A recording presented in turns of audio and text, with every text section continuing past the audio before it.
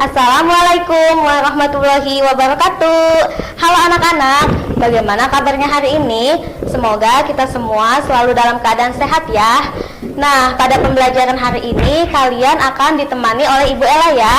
Baik, tidak henti-hentinya Ibu Ella mengingatkan untuk selalu mematuhi protokol kesehatan dengan menerapkan 5M: memakai masker, mencuci tangan, menjaga jarak, menghindari kerumunan, dan mengurangi mobilitas. Nah, sebelum belajar, alangkah baiknya kita berdoa terlebih dahulu ya. Berdoa dimulai. Berdoa dicukupkan. Nah, pembelajaran hari ini kita akan belajar mata pelajaran Bahasa Indonesia, IPS, dan PPKN ya. Untuk itu, simak baik-baik penjelasannya dan jangan lupa siapkan alat tulisnya ya. Nah, seperti yang sudah Ibu katakan, kalau hari ini kita akan belajar Bahasa Indonesia, IPS, dan PPKN ya. Nah, untuk pembahasan yang pertama, kita akan belajar Bahasa Indonesia mengenai tokoh dan karakternya. Sebelumnya Ibu mau bertanya dulu nih, siapa yang pernah mendengar atau membaca cerita fiksi? Ya, hampir semuanya pernah ya. Nah, dalam cerita fiksi ini tentu ada yang namanya tokoh. Lalu, apa itu tokoh? Tokoh adalah pelaku atau orang yang berperan dalam suatu cerita. Tokoh dalam cerita fiksi adalah orang yang memiliki suatu peran dalam cerita fiksi. Artinya cerita yang tidak benar-benar terjadi ya, atau cerita khayalan atau cerita imajinasi dari penulis atau pengarangnya. Nah, berdasarkan perannya, tokoh terbagi menjadi 4 ya, yaitu ada tokoh protagonis, ada tokoh antagonis, tritagonis, dan tokoh figuran. Yang pertama, tokoh protagonis. Tokoh protagonis ini tokoh yang menggambarkan karakter baik atau karakter yang positif. Yang kedua ada tokoh antagonis. Nah, tokoh antagonis ini tokoh yang menggambarkan watak seseorang yang buruk dan negatif. Yang ketiga ada tokoh tritagonis. Tokoh ini merupakan tokoh yang menggambarkan watak yang bijak, disebut juga karakter ketiga atau tokoh penengah. Tokoh yang keempat yaitu figuran. Nah, tokoh ini kurang berarti dalam cerita ya. Figuran juga disebut sebagai peran atau tokoh pembantu. Nah, di sini ada cerita mengenai asal-usul Telaga Warna. Asal-usul Telaga Warna ini salah satu contoh cerita fiksi ya. Nanti Ibu akan bacakan ceritanya. Dahulu kala, di Jawa Barat ada raja dan permaisuri yang belum dikaruniai anak. Padahal mereka sudah bertahun-tahun menunggunya. Akhirnya, raja memutuskan untuk bertapa di hutan dan berdoa untuk segera dikaruniai anak. Doa raja pun terkabul. Permaisuri melahirkan seorang bayi perempuan. Seluruh rakyat juga bersukacita menyambut kelahiran putri raja. Raja dan permaisuri sangat menyayangi putrinya. Mereka juga sangat memanjakannya. Segala keinginan putrinya dituruti. Tak terasa putri raja telah tumbuh menjadi gadis yang cantik. Hari itu dia berulang tahun ke-17. Raja mengadakan pesta besar-besaran. Semua rakyat diundang ke pesta. Raja dan permaisuri telah menyiapkan hadiah istimewa berupa kalung. Kalung ini hadiah dari kami. Lihat, indah sekali bukan? Kau pasti menyukainya, kata raja. Sungguh di luar dugaan, sang putri menolak mengenakan kalung itu. Aku tidak suka kalung ini, ayah, tolak putri dengan kasar. Raja dan permaisuri terkejut. Kemudian permaisuri berusaha membujuk putrinya dengan lembut. Permaisuri mendekat dan hendak memakaikan kalung itu ke leher putrinya. Aku tidak mau, aku tidak suka kalung itu. Kalung itu jelek, teriak putri sambil menepis tangan permaisuri. Tanpa sengaja, kalung itu terjatuh. Permata-permatanya tercerai-berai di lantai. Permaisuri sangat sedih. Permaisuri terduduk dan menangis. Seluruh rakyat yang hadir turut menangis melihat tingkah laku putri yang mereka sayangi. Tidak disangka, Air mata yang tumpah ke lantai berubah menjadi aliran air. Aliran air menghanyutkan permata-permata yang berserakan. Air tersebut mengalir keluar istana dan membentuk sebuah danau. Anehnya, air danau berwarna-warni seperti warna-warna permata Kalung Putri. Kini, danau itu dikenal dengan nama Telaga Warna.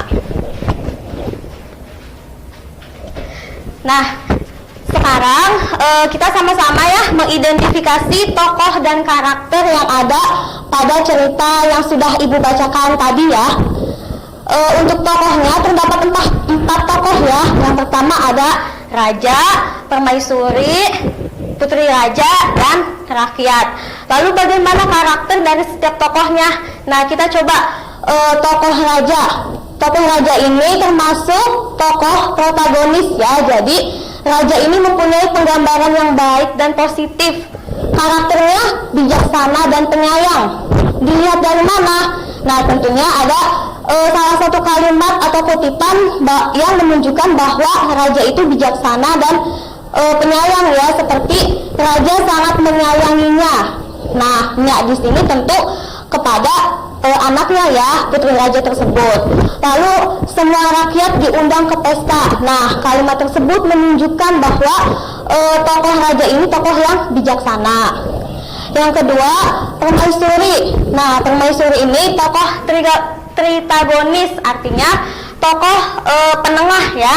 Karakternya seperti apa? Karakternya penyayang. Bisa dilihat dari salah satu kalimatnya bahwa Permaisuri berusaha membujuk putrinya dengan lembut ya. Jadi Permaisuri ini merupakan tokoh yang penyayang. Yang ketiga, Putri Raja. Nah, sang putri ini mempunyai gambaran yang buruk atau yang negatif ya. Karakternya pemarah, manja, dan durhaka. Jadi Putri Raja ini termasuk ke dalam tokoh antagonis.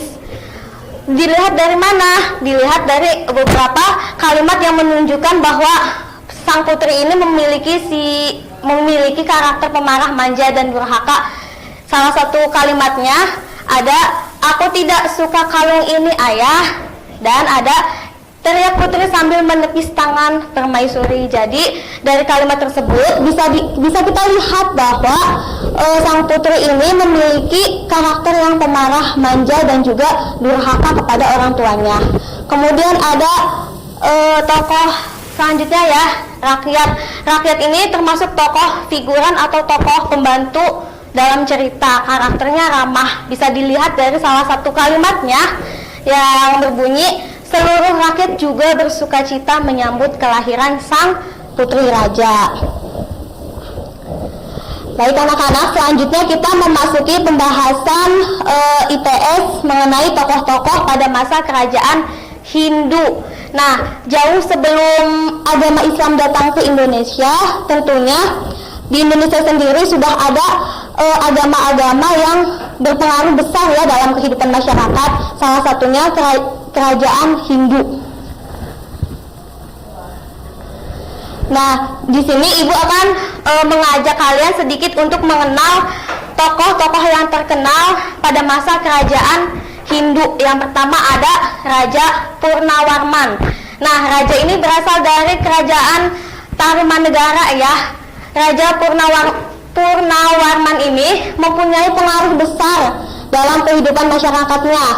Bisa dilihat peranan yang telah dilakukannya yaitu berjuang untuk kesejahteraan rakyatnya ya. Jadi Raja Purnawarman ini berjuang supaya rakyatnya hidup sejahtera, aman, dan damai ya. Yang kedua, membangun saluran air. Nah, saluran air ini tentunya sangat bermanfaat ya bagi para petani yang pada saat itu menjadi salah satu mata pencaharian yang ada di kerajaan Tarumanegara tersebut. Yang ketiga, membasmi para perampok. Nah, ini Raja Purnawarman juga langsung turun tangan ya untuk ikut serta membasmi para perampok. Raja yang kedua yaitu ada Raja Mulawarman. Nah, Raja Mulawarman ini raja yang berasal dari kerajaan Kutai. bisa dilihat beberapa peranan yang dilakukannya, yaitu yang pertama berjuang untuk kesejahteraan rakyatnya seperti Raja Purnawarman. Raja Mulawarman juga berjuang ya supaya rakyatnya hidup sejahtera dan aman. Lalu menghadiahkan 20.000 ekor sapi kepada kaum Brahmana. Nah, jadi Raja Mulawarman ini memiliki hubungan yang baik gitu ya dengan kaum Brahmana. Yang ketiga, melindungi agama Hindu sehingga dapat berkembang dengan pesat. Raja yang ketiga yaitu Raja Udayana Warmadewa. Nah, raja ini berasal dari kerajaan Bali. Peranan yang telah dilakukannya yaitu yang pertama, mengenalkan sistem pura pada masyarakat Bali. Yang kedua, memperkenalkan sistem perekonomian yang maju pada zamannya. Yang ketiga, bahasa Jawa kuno mulai digunakan untuk penulisan prasasti. Yang terakhir ada Raja Erlangga. Bisa dilihat peranan yang telah dilakukannya. Yang pertama, menyusun kekuatan untuk mengusir musuh. Yang kedua, memakmurkan rakyatnya ya. Jadi Raja Erlangga juga sangat-sangat memastikan kalau rakyatnya itu hidup sejahtera dan aman.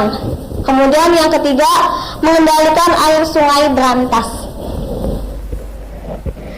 Nah, pembelajaran selanjutnya kita memasuki pembelajaran PPKN mengenai suku bangsa. Nah, kalian pasti sudah mendengar suku bangsa ya. Apa itu suku bangsa? Suku bangsa adalah kelompok sosial yang ada di masyarakat yang digunakan sebagai pembeda suatu kelompok satu dengan kelompok lainnya. Nah, biasanya setiap suku bangsa ini memiliki adat istiadat yang berbeda. Apa itu adat istiadat? Nah, adat istiadat adalah tradisi atau kebiasaan yang dilakukan oleh suatu kelompok masyarakat.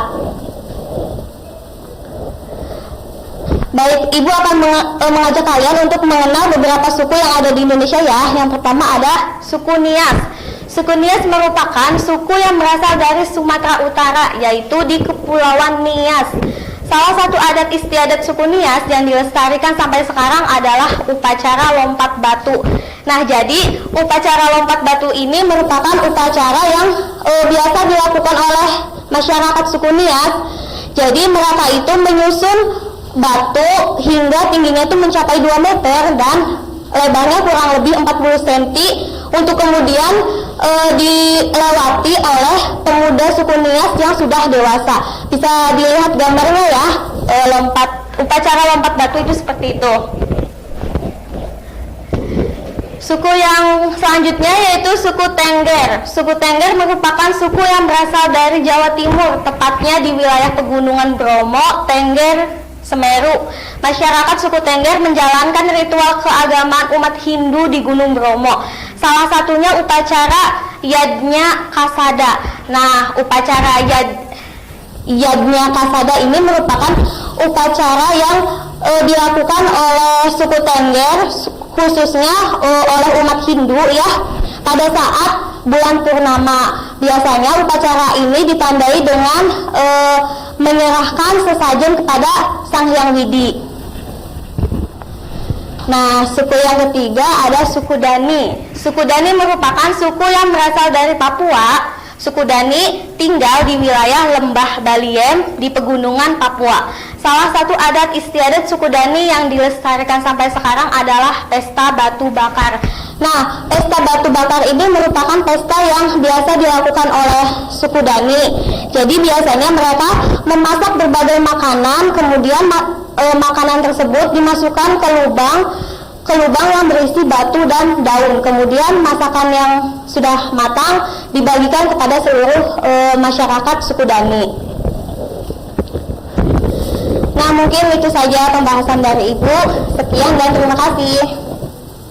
Mungkin itu saja yang dapat Ibu jelaskan. Apabila ada hal-hal yang belum dimengerti atau ada yang ingin ditanyakan, boleh kontak Ibu melalui WhatsApp ya. Cukup sekian. Wassalamualaikum warahmatullahi wabarakatuh.